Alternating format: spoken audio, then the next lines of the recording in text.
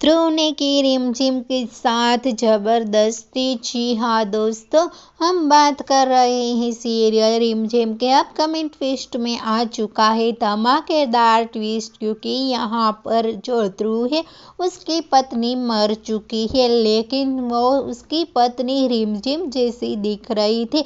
इसीलिए यहाँ पर ध्रुव रिमझिम को अपनी पत्नी समझ बैठा है और ध्रुव ऐसा भी कहता है कि मुझे पता था तुम मेरे से दूर नहीं जाओगी, इसीलिए तुम वापस आई हो। लेकिन वो पागल इंसान को कौन बताए कि रिमझिम वो नहीं है।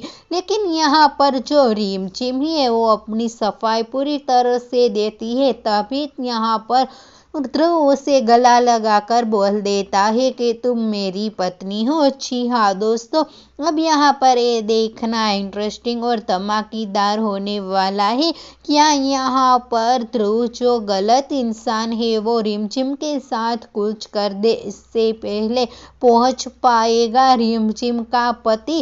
वेल, जो भी होगा उसकी अपडेट हम आपको देते रहेंगे। फिलहाल के लिए तो इतना ही, और ऐसे ही अपडेट देखने के लिए जुड़े रहिए हमारे साथ हमारे चैनल नेक्स्ट शो एलेट में। Thank you.